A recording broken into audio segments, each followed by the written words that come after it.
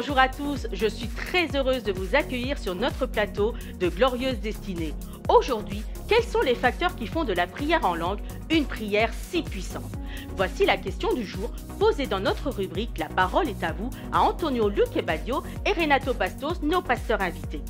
Dans la rubrique Ressourcez-vous, je vous présenterai le livre sur le baptême du Saint-Esprit.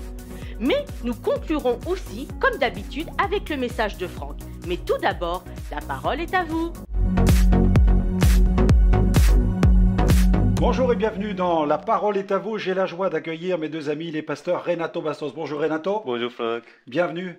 Merci. C'est une joie de te recevoir. Pour moi de même. Chaque fois, nous sommes bénis avec ton ministère et avec aussi les expériences que tu vis avec le Seigneur. Et notre ami Antonio Luquebadio. Bonjour Antonio. Bonjour Franck. Que Dieu te bénisse. Sois le bienvenu. Merci beaucoup. Voilà, chers amis, soyez vraiment les bienvenus, soyez à l'aise avec nous. Nous allons continuer à parler du baptême dans le Saint-Esprit. Là, ici, autour de la table, ce sont des pentecôtistes. Oui. Et fiers de l'être. Fier, Voilà, très fier. Fiers des hommes D'être qui ont fait l'expérience de l'effusion de l'Esprit, qui enseignent aussi sur les dons spirituels. Et là, nous allons parler toujours du parler en langue, comprendre davantage ce qu'est le parler en langue, la nature du parler en langue, car c'est miraculeux. Dans Marc 16, Jésus dit ceci: voici les miracles qui accompagneront ceux qui auront cru en mon nom. Ils chasseront les démons, ils parleront de nouvelles langues, ils saisiront des serpents, s'ils boivent quelques breuvages mortels, il ne leur fera point de mal, ils imposeront les mains aux malades, et ceux-ci se sont guéris. Et c'est ce qui nous intéresse justement, c'est ce côté miraculeux, puisque Jésus parle de nouvelles langues, et il les classe dans des miracles. Donc c'est vraiment miraculeux, cette affaire du parler en langue. Oui, je peux exprimer un miracle qu'on a vécu dans Oui. ce sens-là. Dans la période que nous étions au Brésil, on était pasteur et dans une campagne d'évangélisation, en soirée, nous avons nous réunis avec toute la jeunesse pour prier pour le baptême du Saint-Esprit, pour l'effusion du Saint-Esprit. Et tout à coup, une jeune fille qui ne parlait pas du tout d'autre langue, elle parlait que le portugais, elle a reçu le baptême du Saint-Esprit dans une langue connue, l'anglais. Elle a passé la soirée à parler en anglais, c'était miraculeux, ça a révélé des directives de l'Esprit pour la campagne Il y d'évangélisation. avait donc une intentionnalité, là. Une intentionnalité du Très fort. Saint-Esprit très fort. C'est incroyable. Et à côté, il y avait une autre personne qui parlait anglais, qui a interprété pendant quasi 2 heures qu'elle était en train de parler en anglais. Et directement, la voix de Dieu qui était entendue parmi tout le groupe qui était dans la prière. Un phénomène vraiment surnaturel. Mhm. Et ça, ce genre d'histoire m'est arrivé aussi dans l'est de la France, dans la ville de Verdun, où dans un culte, on priait pour... C'était un culte de renouveau spirituel, les gens étaient baptisés de l'Esprit, et puis il y avait un homme de passage qui habite la ville d'Amiens, qui lui n'était pas baptisé de l'Esprit, et il était juste en vacances, il a appris qu'il y avait cette église, il est venu, et il assiste à la réunion, et il se dirige à l'appel, il vient, et il reçoit le baptême de l'Esprit. Alors qu'il est baptisé de l'Esprit, tout à coup il se met à parler en langue, et devant lui il y avait un homme d'origine togolaise qui s'est retourné parce qu'il pensait avoir derrière lui un compatriote. Wow. Et tout à coup il entend cet homme qui vient de la ville d'Amiens, qui est baptisé de l'Esprit, qui parle dans un parfait dialecte togolais. Et ce qu'il dit en togolais, c'était l'image d'un homme qui est terrassé par l'épreuve, qui se tourne vers le ciel et qui implore Dieu pour qu'il vienne le délivrer. Et c'était l'état, la situation dans laquelle se trouvait l'homme togolais qui était juste devant lui. C'est là où il y a vraiment une intentionnalité parfois prophétique dans le parler en langue. Et c'est important que ceux qui nous écoutent comprennent aussi cette dimension du parler en langue pour que vous ne soyez pas dans la confusion. Paul dit à un moment, celui qui parle en langue ne parle pas aux hommes, mais à Dieu, car personne ne le comprend. Et c'est en esprit qu'il dit des mystères. Parce qu'il y a différentes tonalités et intentionnalités du parler en langue, comme celui que je pratique personnellement dans ma prière personnelle, où personne n'a besoin de comprendre la langue, ni même moi, puisque mon intelligence demeure stérile, aller au repos. Mais c'est en esprit que je lis des mystères. Mais ces mystères, gloire à Dieu, Dieu est capable de les décoder. Et c'est tellement reposant que de prier en langue. Et on peut en faire l'expérience tout au long de la journée. Oui, et je pense que c'est un outil nécessaire et fondamental pour la vie de tous les chrétiens. Je crois que tous les chrétiens doivent expérimenter, rechercher, recevoir et expérimenter le parler en langue pour voir la différence que va faire dans leur vie. L'intelligence est vraiment au repos. Hein. Comprenez bien cela. Votre intelligence. Pas besoin de chercher la structure grammaticale. Là, je cherche mes mots pour m'exprimer devant vous. On cherche à construire des phrases. Quand on parle en langue, on est complètement au repos et l'esprit est en prière. L'intelligence, elle est au repos et nous disons des choses qui sont mystérieuses. Alors c'est vrai que parfois j'entends des chrétiens me dire « Mon parler en langue, pasteur, il est bizarre, il est vraiment ridicule. » Mais aux yeux de Dieu, ça n'est pas ridicule. Non. Parce que Dieu, il comprend ce que nous disions. Exactement. Donc ça ne dépend pas de nous. Ouais. Donc ça dépend de Dieu et de son esprit. En fait, cette prière, elle transcende vraiment le vocabulaire humain parce que c'est une prière où nous sommes dans le repos. En fait, on n'a pas besoin de faire d'efforts particuliers. On met simplement, on switch off notre intelligence et puis là, on peut se prélasser dans la grâce.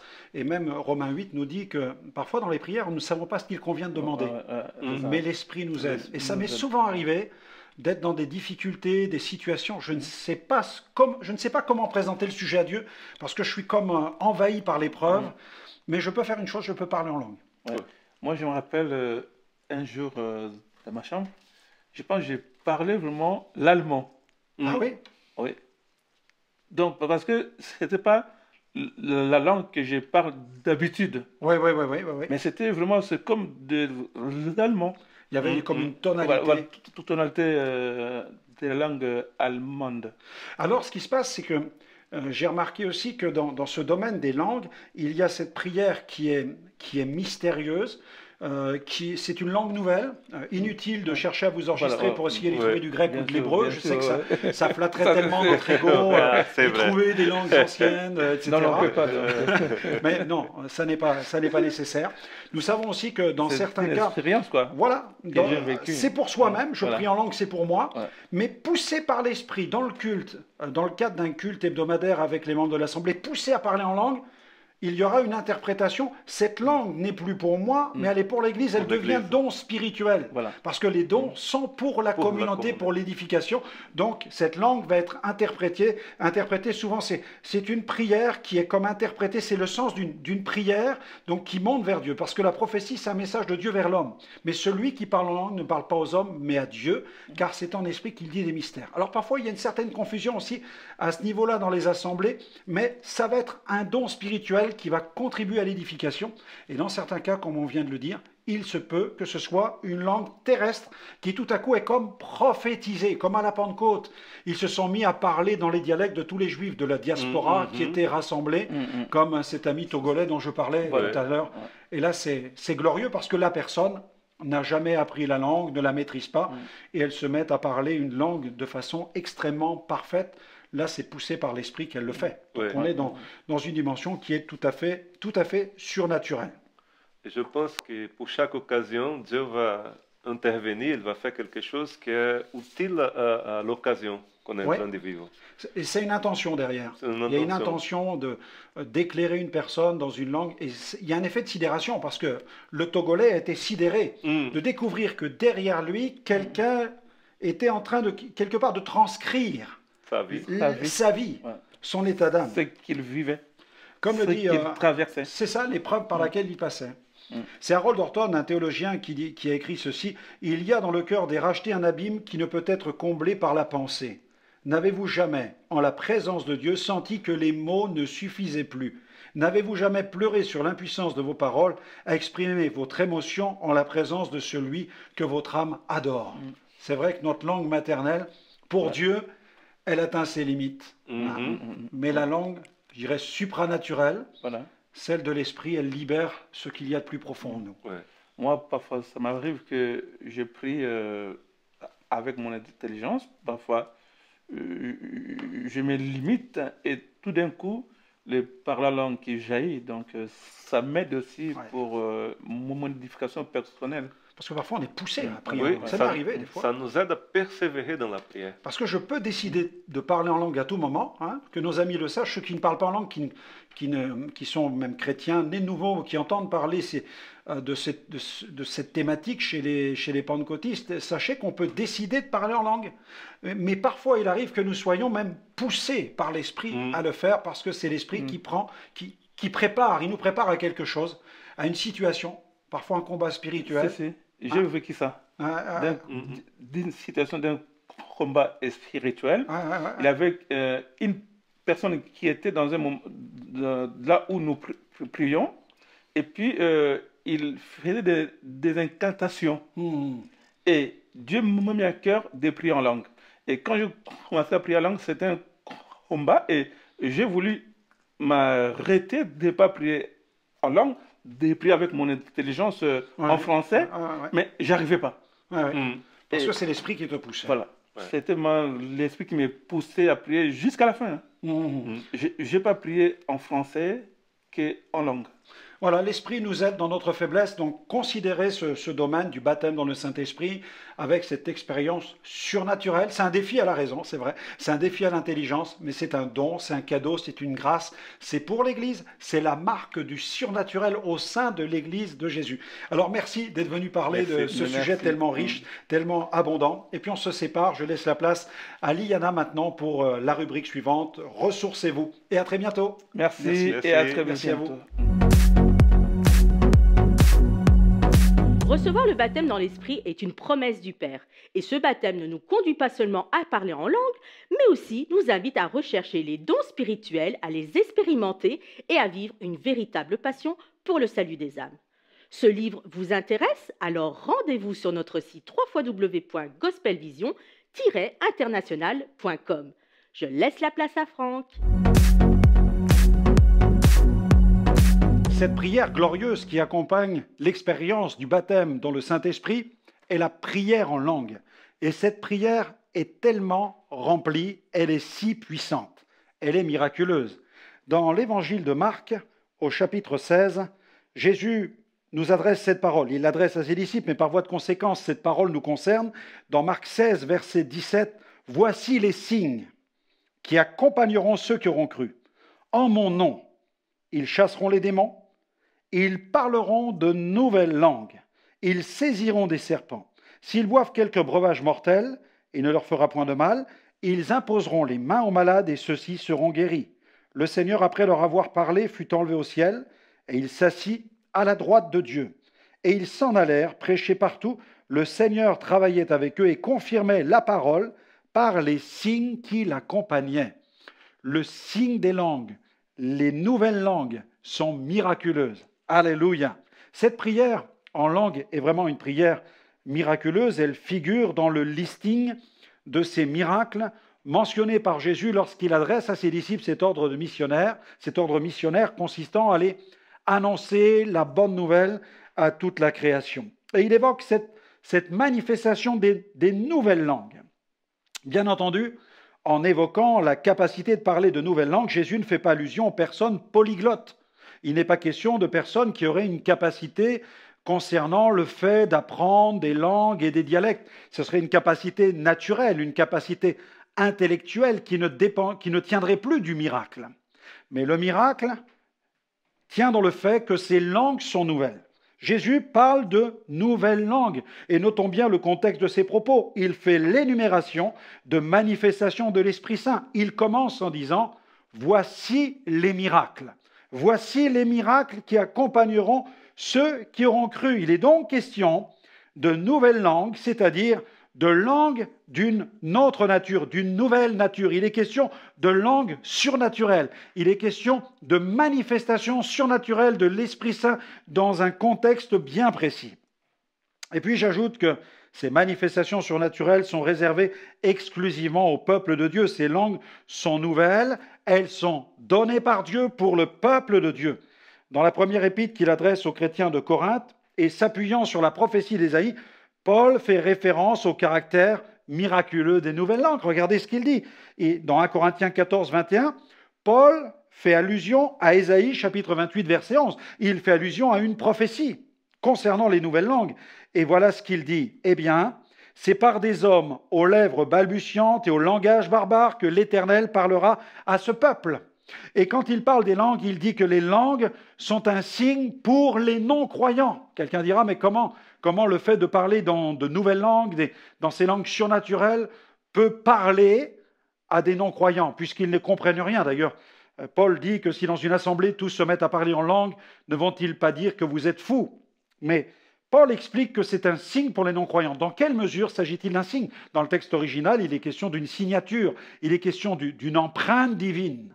En fait, ceux qui vont être les témoins d'une telle manifestation surnaturelle au travers du parler en langue vont s'interroger sur le caractère étonnant, sidérant de cette manifestation. Je me souviens des premières fois où j'ai commencé à fréquenter l'Église, où j'avais été libéré des puissances de ténèbres et j'ai commencé à marcher avec Dieu. J'entendais ici et là des parlers en langue qui étaient ensuite interprétés, et jamais ces manifestations ne m'ont fait peur. Au contraire, elles m'ont attiré vers l'Église parce qu'elles m'apportaient cette conviction, cette approbation, ce sentiment profond que Dieu était vraiment au milieu de ce peuple et que Dieu parlait. Et quand Paul enseigne sur les dons spirituels dans 1 Corinthiens 12, 1 Corinthiens 13, 1 Corinthiens 14, il commence son enseignement en expliquant que sous la nouvelle alliance, Dieu parle au sein de son peuple et que le peuple de Dieu ne se tourne pas vers des idoles qui sont muettes, mais vers un Dieu qui parle.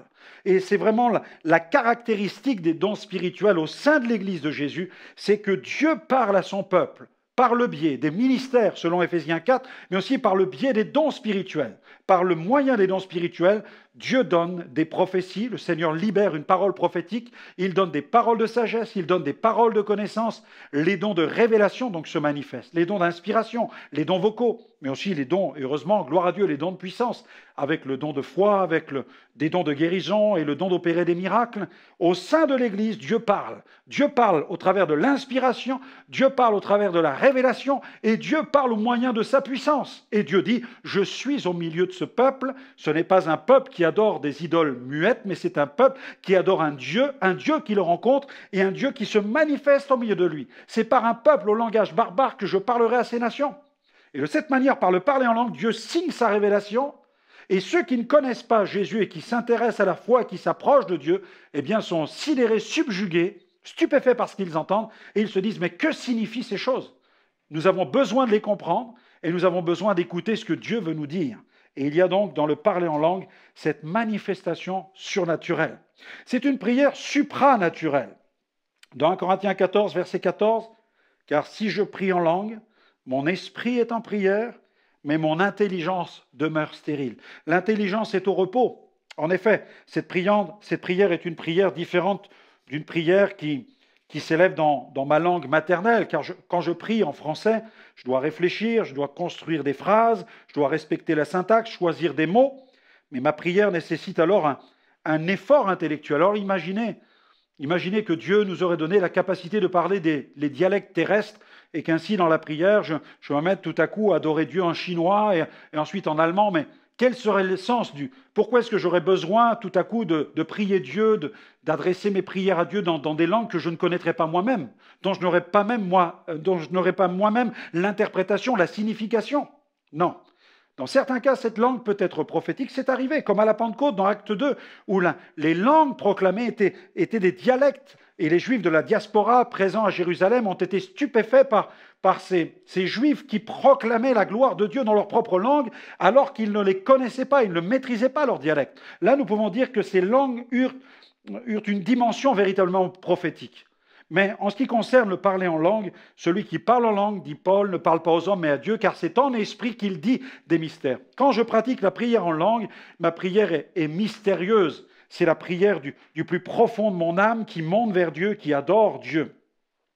Elle ne nécessite aucun effort intellectuel de ma part. Mon esprit est vraiment dans le repos. Il nous arrive parfois de connaître certaines périodes de grandes difficultés où prier s'avère vraiment difficile. Le combat est spirituel. En tant qu'être humain, nous faisons face à nos limites physiques, à nos limites intellectuelles et bien entendu à nos limites spirituelles. Il nous arrive même parfois de nous heurter à certains blocages, à faire face à une certaine oppression sur le plan spirituel. Et prier devient difficile. Mais prier en langue est tellement facile. Et j'ai remarqué que lorsque nous prions en langue, lorsque nous adorons dans les langues nouvelles, tout à coup, le stress, l'angoisse, l'oppression disparaît parce que nous sommes mus par la puissance du Saint-Esprit, nous sommes remplis de la présence du Saint-Esprit. Nous avons alors, dans ces moments de combat, besoin du secours de la puissance surnaturelle, de cette prière en langue. Cette prière est vraiment supranaturelle dans le sens où elle vient suppléer à la prière naturelle. Elle en prend le relais. Elle est un accélérateur dans le domaine de la vie de prière. Nous ignorons tant de choses concernant ce qui se passe dans l'invisible, et heureusement, car si nous avions la capacité de pénétrer en permanence le monde invisible, pourrions-nous le supporter? Bien entendu, nous ne pourrions pas le supporter. Mais le Seigneur nous a donné de 5 sens naturels pour vivre sur la terre. Mais béni soit Dieu, il nous a fait cadeau aussi d'un sens spirituel, celui de la foi en Jésus-Christ. Et par ce moyen, nous pouvons obtenir le baptême dans le Saint-Esprit. Et quel repos pour notre intelligence lorsque nous prions en langue. Cette prière nous permet de nous élever au-delà des contingences terrestres. Elle nous introduit davantage dans cette intimité, dans ces hauteurs, plus près de Dieu. Elle nous conduit sur ce rocher que nous ne sommes pas capables d'atteindre. Vraiment, grâce à la prière en langue, nous pouvons vivre un vrai repos de la foi. C'est important. Harold Orton, le théologien, a écrit « Il y a dans le cœur des rachetés un abîme qui ne peut être comblé par la pensée. N'avez-vous jamais, en la présence de Dieu, senti que les mots ne vous suffisaient plus? N'avez-vous jamais pleuré sur l'impuissance de vos paroles à exprimer votre émotion en la présence de celui que votre âme adore? C'est alors que la prière en langue trouve tout son sens, toute son intentionnalité. Lorsque je prie en langue, eh bien c'est tout l'amour que j'ai en moi, toute l'expression de mes sentiments, eh bien, qui est traduite dans ces langues nouvelles qui montent et qui glorifient le Seigneur. Mon intelligence, elle est au repos, et mon esprit, lui, il est en prière, et il célèbre le Seigneur. Recevoir le baptême dans le Saint-Esprit peut susciter des craintes chez certains chrétiens. Aussi, au travers de ce livre, Franck a désiré nous aider à comprendre quelle est la profondeur et la puissance de cette expérience. Être baptisé dans l'Esprit, ce n'est pas seulement parler en langue, c'est aussi aspirer aux dons spirituels et avoir une véritable passion pour les âmes. Cette promesse est pour tous. Alors n'hésitez pas à commander ce livre sur notre site www.gospelvision-international.com. Cette prière est aussi une prière qui est mystérieuse. Elle comporte une dimension surnaturelle que certains préfèrent tout de même l'ignorer car chez certains elle est jugée trop mystérieuse finalement à leurs yeux. D'autres vont même la cataloguer d'une prière diabolique. Vraiment que Dieu leur pardonne. C'est un défaut d'enseignement et parfois certains enseignements doctrinaux ont été bâtis sur des erreurs et amènent certains tout de suite à jeter cette expérience des langues dans la catégorie des manifestations mystiques et même pour certains diaboliques. Mais j'aimerais tout de suite vous rassurer, si vous demandez au Seigneur le Saint-Esprit, jamais il ne vous enverra un démon. J'aime beaucoup ce passage de Luc chapitre 11, versets 9 à 13, où Jésus dit « Demandez et l'on vous donnera, et vous trouverez, frappez. Cherchez et vous trouverez, frappez et l'on vous ouvrira. Car quiconque demande reçoit. Celui qui cherche trouve, et l'on ouvre à celui qui frappe. Quel est parmi vous le père qui donnera une pierre à son fils s'il lui demande du pain? Ou s'il demande un poisson, lui donnera-t-il un serpent au lieu d'un poisson? Ou s'il demande un œuf, lui donnera-t-il un scorpion? Si donc, méchant comme vous l'êtes, vous savez donner de bonnes choses à vos enfants, à combien plus forte raison le Père Céleste donnera-t-il le Saint-Esprit à ceux qui le lui demandent? Amen. Gloire au Seigneur. J'aimerais rassurer tous ceux qui ont grandi dans l'univers de l'occultisme, peut-être de l'animisme, du fétichisme, où vous entendez parler de cette expérience du Saint-Esprit qui vient en vous, qui vous remplit, qui vous revêt, cette expérience accompagnée d'un phénomène surnaturel, celui des langues. J'aimerais vous dire, si vous demandez au Père le Saint-Esprit, ne pensez pas qu'un mauvais esprit pourrait s'introduire, se glisser en vous pour vous amener à parler en d'autres langues et que ces langues seraient démoniaques ou diaboliques. C'est vrai que le phénomène des langues diaboliques existe. Je l'ai vu en administrant, en exerçant le ministère de délivrance. Il m'est arrivé souvent d'avoir des possédés qui se mettent tout à coup à vouloir me parler en langue, mais immédiatement, le don de discernement permet de décrypter que ces langues sont la conséquence d'une manifestation occulte. Mais lorsqu'une personne est rachetée, lorsqu'elle aime Jésus, qu'elle a été lavée de ses péchés, qu'elle aime le Père de tout son cœur, c'est un fils, c'est une fille qui aime le Père céleste et qui veut se précipiter dans les bras d'amour du Père pour dire « Papa, Abba, Père, j'aspire au baptême dans le Saint-Esprit ». Pensez-vous que Dieu permettrait qu'un mauvais esprit se glisse pour vous faire parler en d'autres langues? Ça n'a pas de sens. Ça n'a pas de sens. Non, Jésus l'a même dit. Il a dit, si vous demandez au Père le Saint-Esprit, il ne vous donnera pas un scorpion. Non, vous allez recevoir la promesse du Père. La Bible n'essaie pas d'expliquer cette prière, elle demeure une manifestation surnaturelle. La parole de Dieu souligne son caractère mystérieux. 1 Corinthiens 14, verset 2. En effet, celui qui parle en langue ne parle pas aux hommes mais à Dieu, car personne ne le comprend. Donc ce n'est pas une langue. Que les choses soient claires, la langue n'est pas terrestre. Personne ne le comprend, car c'est en esprit. C'est la prière de l'esprit. C'est l'esprit qui est en prière. Et l'esprit exprime des choses qui sont mystérieuses, mais que le Saint-Esprit, lui, interprète parfaitement et communique clairement dans la présence du Père. C'est pourquoi il y a une ligne divine, une hotline avec le ciel, et donc la vie de Dieu eh bien, peut se répandre entre le ciel et la terre dans la vie du croyant. Cette prière transcende le vocabulaire humain ainsi que le grand nombre des langues et des dialectes, comme je le dis, ou dans certains cas, eh bien, Dieu peut nous faire parler dans une langue que nous ne connaissons pas. Cette fois-ci, la prière ou la manifestation de la langue sera surnaturelle, comme il y a quelques mois, dans l'est de la France, dans la ville de Verdun, au moment d'un appel pour le renouveau de Pentecôte, les gens sont venus devant, ils étaient remplis, baptisés du Saint-Esprit. Il y avait un frère d'origine congolaise qui louait le Seigneur en d'autres langues, il était renouvelé, quand tout à coup il s'est retourné parce qu'il y avait quelqu'un derrière lui qui louait Dieu dans une langue étonnante. En effet, il y avait ce jour-là un chrétien de passage dans la ville en vacances,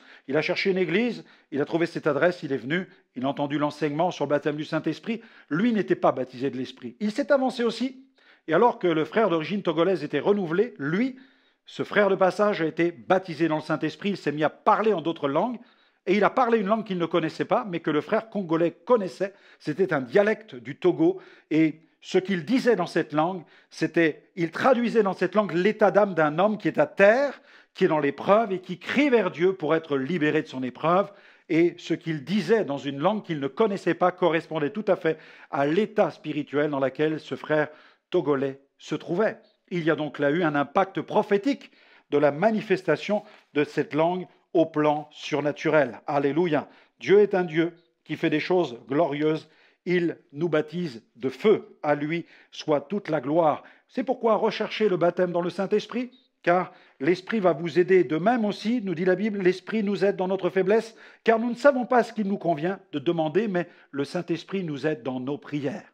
Alors recherchez ce baptême de feu, car à chaque fois que vous allez arriver au bout de quelque chose dans la vie de prière, le Saint-Esprit va prendre le relais, vous faire prier en langue, ce qui signifie que tout au long de la journée, 24 heures sur 24, le jour comme la nuit, quand vous le voulez, au volant de votre voiture, en déplacement, dans le jardin, en allant aux courses, en allant à l'église, dans l'église, vous pouvez aussi vivre cette prière en langue. Que le Seigneur vous bénisse et vous remplisse de son esprit pour le louer en d'autres langues. Le ministère de Franck et Liliane Alexandre, c'est tout d'abord prêcher l'Évangile dans des missions en France et à l'étranger, où Dieu se manifeste par des signes, des miracles et des prodiges. C'est un atelier de production-publication où sont réalisés tous ces livres, CD et DVD. Ce sont diverses émissions télévisées, diffusées par satellite et relayées par notre site web.